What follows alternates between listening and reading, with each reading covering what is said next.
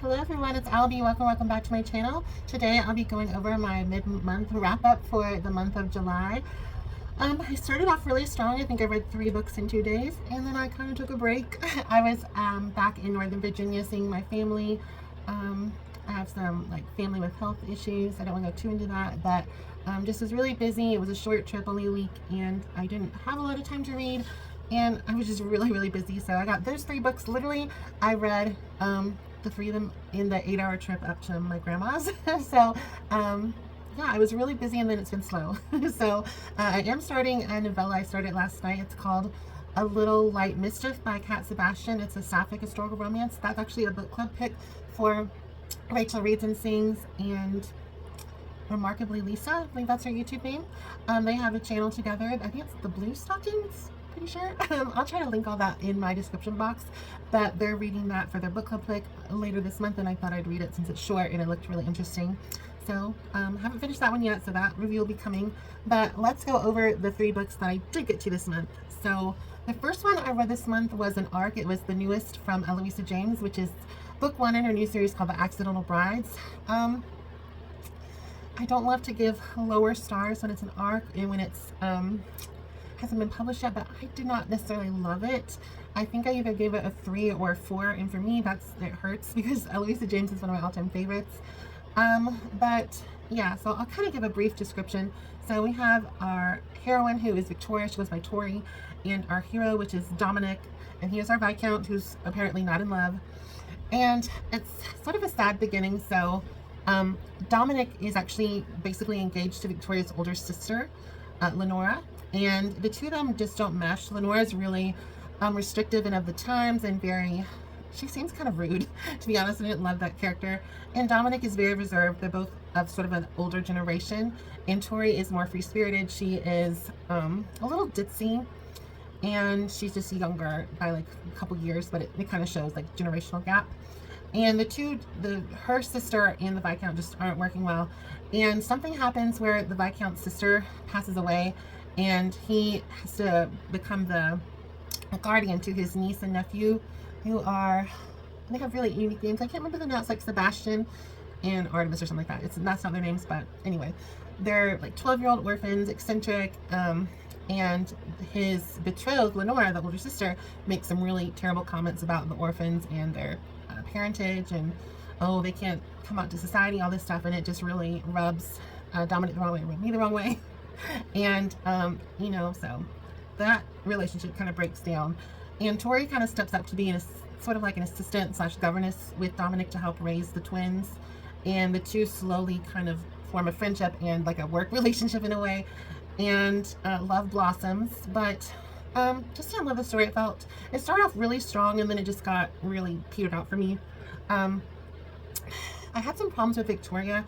She came off really ditzy and almost like a Goldie Hawn kind of movie character, where it's almost like the quintessential dumb blonde, and I don't think she was. It was I think Victoria could have had dyslexia, but it just came off that she was really immature and bubbly and giddy, and what I think could be possibly a disability, it just seemed to become I don't know, I just felt like stuff wasn't dealt well with that whole situation personally, so I didn't love that, and it just was a slow romance. I would have liked it more if there was more passion. It had a really fun start, really great banter within the first couple chapters. It's almost like they had more chemistry when they weren't sexually attracted to one another, and then when it became a little more carnal, the banter and stuff went away, which was kind of a bummer, because they weren't enemies to lovers, they weren't annoyances to lovers.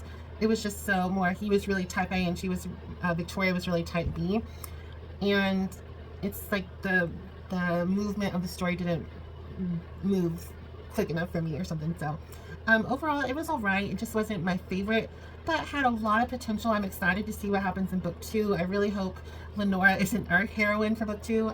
I don't love when authors have sort of a villain or villainess, and then they get their love stories oh wow, they were just corny, the whole time or something. Now that they've had their wires reset, they're okay. But I digress. So didn't necessarily love it. I didn't hate it. I just wanted something a little more. The next book I read was another historical. This is Matilda Madison. Yeah, this is an ARC. I kind of remember. Sometimes I work with her and they are ARC reads, and sometimes I just buy the book. So it's just, it's always my own opinion and stuff like that, but I like to tell people when it's an ARC versus when I purchase. So Duke Makes a Deal, which I read last month. I bought that with my money. This one was an ARC. This is book 2 in her series, The Reluctant Rogues. Book 1 was really enjoyable. It was, I think it was a widow heroine. I have got to take better notes. My memory's been terrible with my health stuff I've been going through. So I digress. So this one is, let me tell you, this is The Beauty and the Boxer. It's a class difference romance. We have Meredith Taylor. She's desperate for a more independent life. Her brother-in-law suggests she invest in Jack Archer, who's like a famous boxer. And, you know, so you try to do some business. You get some interest in money. Well, the two start to fall in love. It's a little controversial because, you know, she's a higher standards. He's a boxer. So it was really fun. I really enjoy working class heroes with the Muir Wallflower virginal heroine. That's just always been my favorite trope, even like as a kid with movies. Like, do y'all remember the 90s version of The Jungle Book where, is his name Mobley, where he's like an adult? The heroine in that is actually the actress that plays Cersei Lannister in Game of Thrones. She has like brown hair. It's very Edwardian. I love Edwardian. It's my favorite. But I just love when it's the demure, like, wildflower heroine with, you know, prim and proper with like the kind of brutish macho man. I just like this so much. So I really enjoyed this story. It was really fun. I did like it. Both of them, books 1 and 2, were 5 stars for me. I just enjoyed this one a little bit more just because it's more tropes that I enjoy and I just love the working class hero. I don't necessarily love the working class heroine versus the Duke or whatever, because unless it's Cinderella. If it's Cinderella, then I really like, but it's always gets weird when like the Duke or whatever is like, ooh, you could be my mistress, because it's class time. It's like, what a jerk, you know. Only time that ever worked was an offer from a gentleman, the third Bridgerton book, which is Benedict's story, because it's the Cinderella trope essentially. So I think it works with Cinderella. But overall, really fun story. I enjoyed it a lot. And then the last book I read thus far this month was an MM sports romance. It was, oh goodness, what is that called? Testing the Winner by Laura John. Either Teasing the Winner, Testing the Winner by Laura John. I will have it up in my notes. It was a really cute story. It was cute and fun. It was an MM sports romance. So this one is Sasha and Rio. They are on a soccer team. It's annoyance to lovers. When I find personally that is a great trope when it's a competitive sports romance, because the men and women have to work together. And it's just like, you know, you don't always mesh with people, so it's never enemies to lovers unless they're on rival teams. But it just really worked. It was a fun story. So Sasha is it Sasha? Let's see. No, so Rio is really reserved. Sorry for that. Rio is really reserved, where he's more of a relationship commitment sort of guy, and Sasha is more of like a boy. You know what I mean? Like Don Giovanni. So it doesn't mesh well. So Sasha's like, oh, you know, I'm getting this sort of crush. Rio's getting this crush on Sasha, but he's like, oh, I really shouldn't have these feelings because this man is just an F-boy. He's, you know, he's just for the down and dirty. He's not in it for the long haul.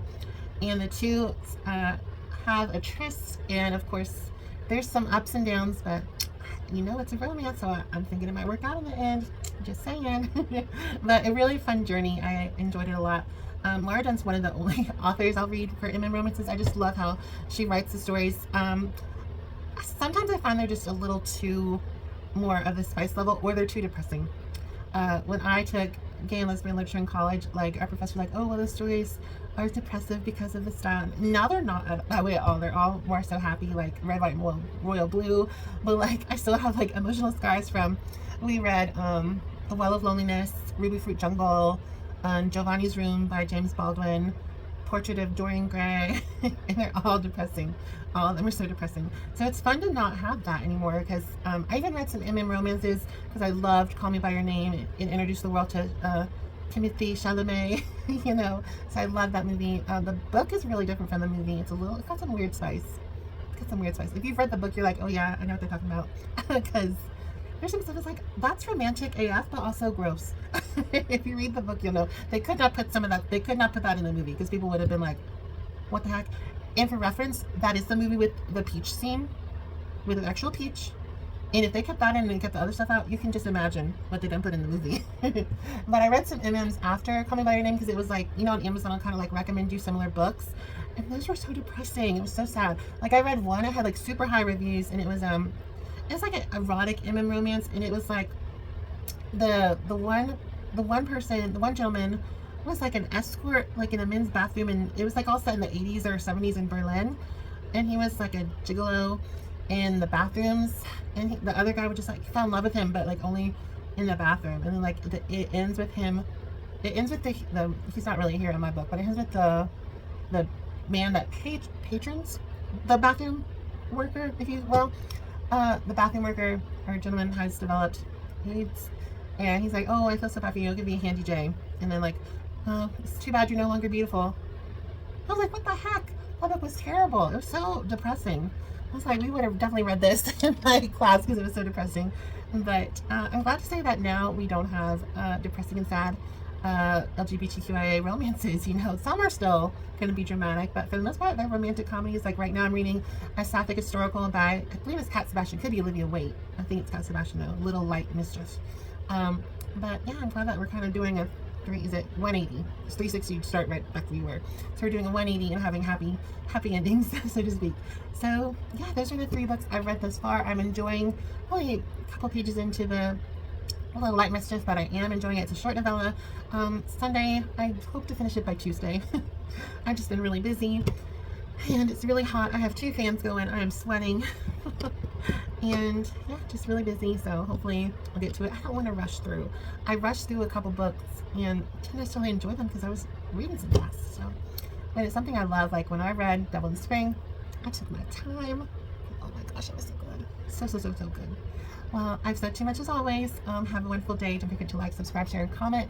Let me know what has been your favorite thus far in the month of July. I'd say so far my favorite has been the Matilda Madison, The Beauty and the Boxer. Just I love a working class hero romance. I love historicals.